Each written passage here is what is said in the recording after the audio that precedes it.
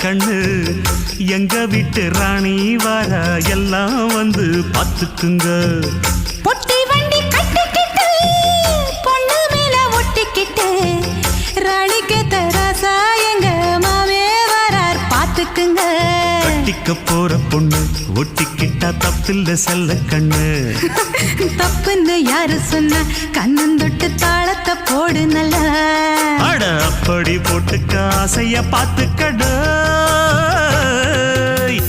வண்டியில மாமன் பொண்ணு ஓட்டுறவன் செல்ல கண்ணு எங்க வீட்டு ராணி வாரா எல்லாம் வந்து பார்த்துக்குங்க.